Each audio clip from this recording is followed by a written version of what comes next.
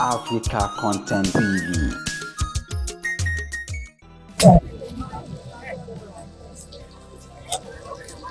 Yes, sir.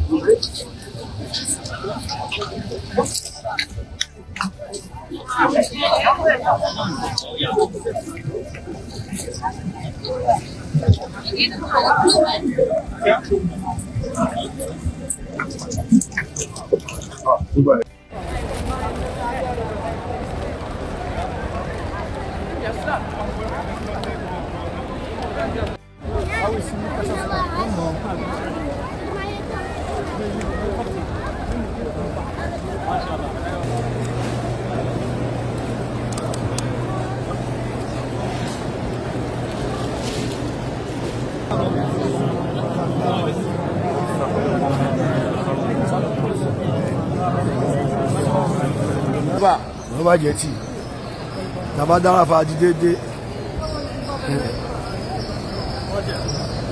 ẹ̀rì bàbá tó lọ sásàfà mọ́rí wà nìyẹn ọ ẹ̀jì láàrin ẹ̀rù máa débí sí ó yá.